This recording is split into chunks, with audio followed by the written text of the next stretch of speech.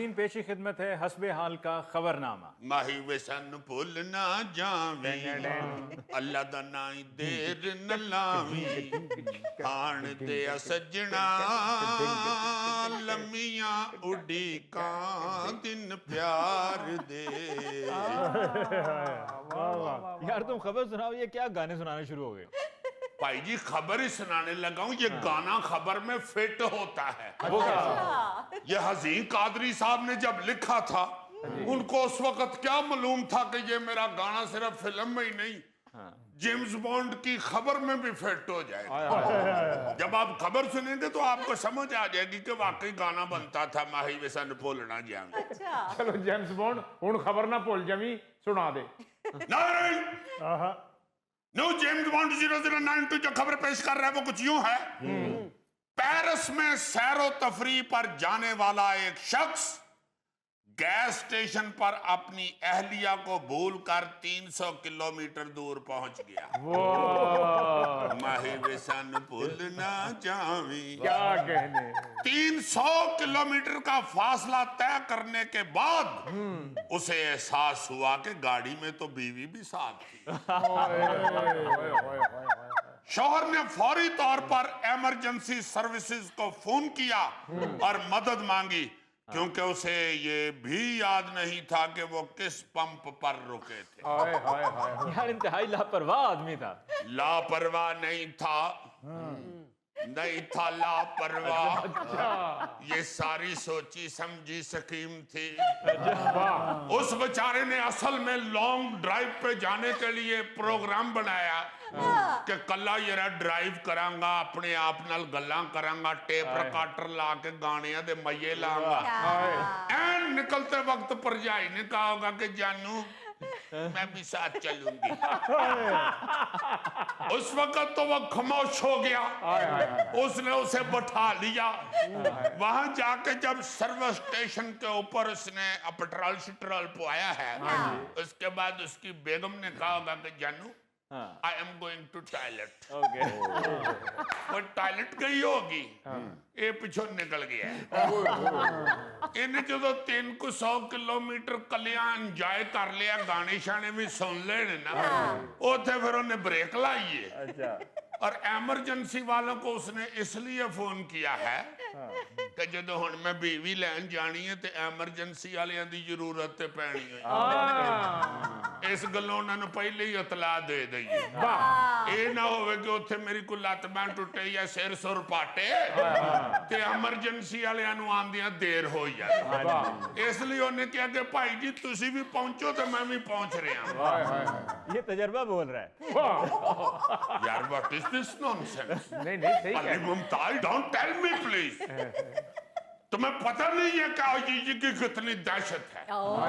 ये इस भाई ने जानबूझ के सारा काम किया, वरना इतना भूल भुलक्खड़ बंदा हो ही नहीं सकता। मुझे वो लतीफा भी याद आ रहा है ना, एक नाले के अंदर को गड्डी गिर गई। वो बंदा बेचारा एक वो बाहर निकला हुआ था और वो ऐसे ऐसे हाथ ला रहा था। उधर से कोई खतून गुजर रही थी गाड़ी पे, उसकी नजर पड़ गई, उसने फटाटा के तो बंदे का हाथ पकड़ के उसे बाहर निकाला। यार बेचारा वो लिबड़ा हुआ था। उसने उसको गड्डी में बिठाया और कार ले गई। जाकर उसने कहा कि चलो तारी तूरी लगा लो, मैं तुम्हें तुम्हारे भाईजन के कपड़े भी दे देती हूँ, वो भी बदल बदल लो।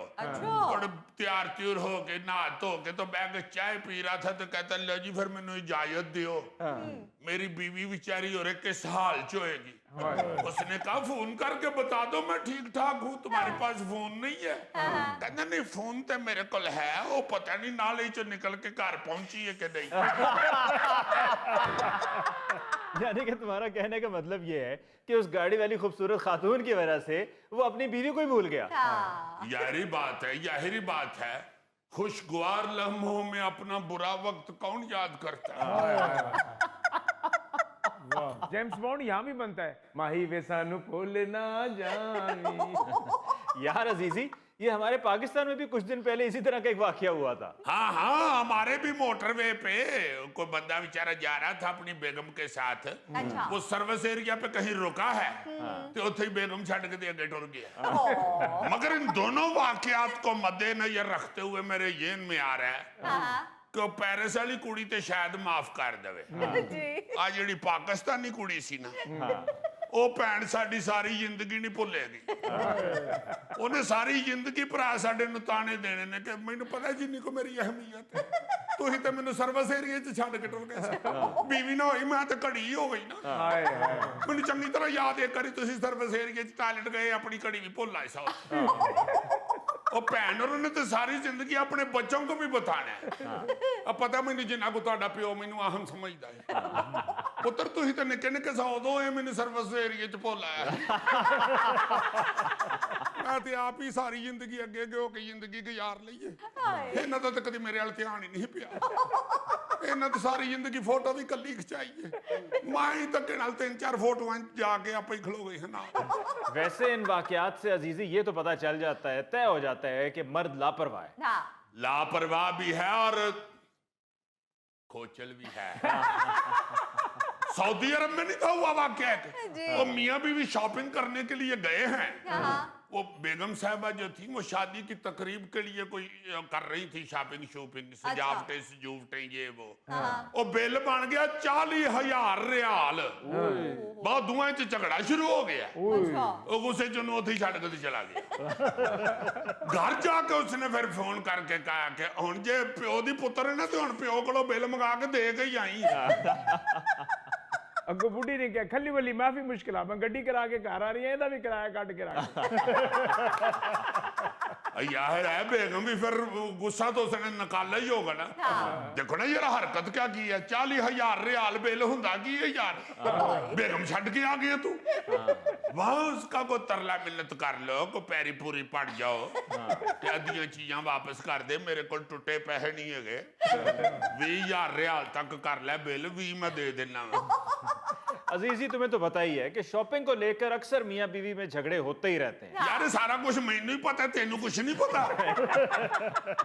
मैं अल्लाह के फजल से तुम्हारी परजाई को खुल के 5,000 रुपया देता हूँ जाओ करो शॉपिंग ऐश करो खाओ आलूओं की चिप्सें पियो जितने मर्जी ठा वाले सोडे खाओ लून मिर्चों वाली टॉफियां मुझे कोई परवाह नहीं ये जो हमारी मोटरवे पे भाई साहब छोड़ के गए हैं ना परजाई साडी को ये भी लाइमन उधर कहीं बर्गर पे या कोई फ्रेंच फ्राई पे लड़ाई करके बैठे हुए इन्होंने भी जानबूझ के ऐसा किया वो मुझे एक अंग्रेज का वाकया याद आ रहा है एक अंग्रेज मियाँ बीवी गए ना एक रेस्टोरेंट पे तो वहां एक बंदा कल्ला बैठा शराब पी रहा है और कल्ला ही बेचारा सोची पड़ा हुआ है वो बेगम अपने हस्बैंड को कहती है कि ये मेरी फ्रेंड का हस्बैंड है साल हो गया वो उसे छोड़ गई है तब से बेचारा रोज इधर आके बैठा अकेला शराब पीता रहता है उसका हस्बैंड हैरान होकर कहता ओ इतनी लंबी सेलिब्रेशन यार मजाक ना उड़ाओ गलती हो जाती है कुछ जानबूझकर थोड़ी करता है। अब ये देखो कि कुछ दिन पहले लाहौर अल्लामा इकबाल इंटरनेशनल एयरपोर्ट से एक मुसाफिर की जिसको कराची जाना था वो जद्दा पहुंच गया और वहां जाकर एक नई मुश्किल में पड़ गया। वहां की अथॉरिटीज ने उसको बिठा लिया कि बताओ कैसे आ गए।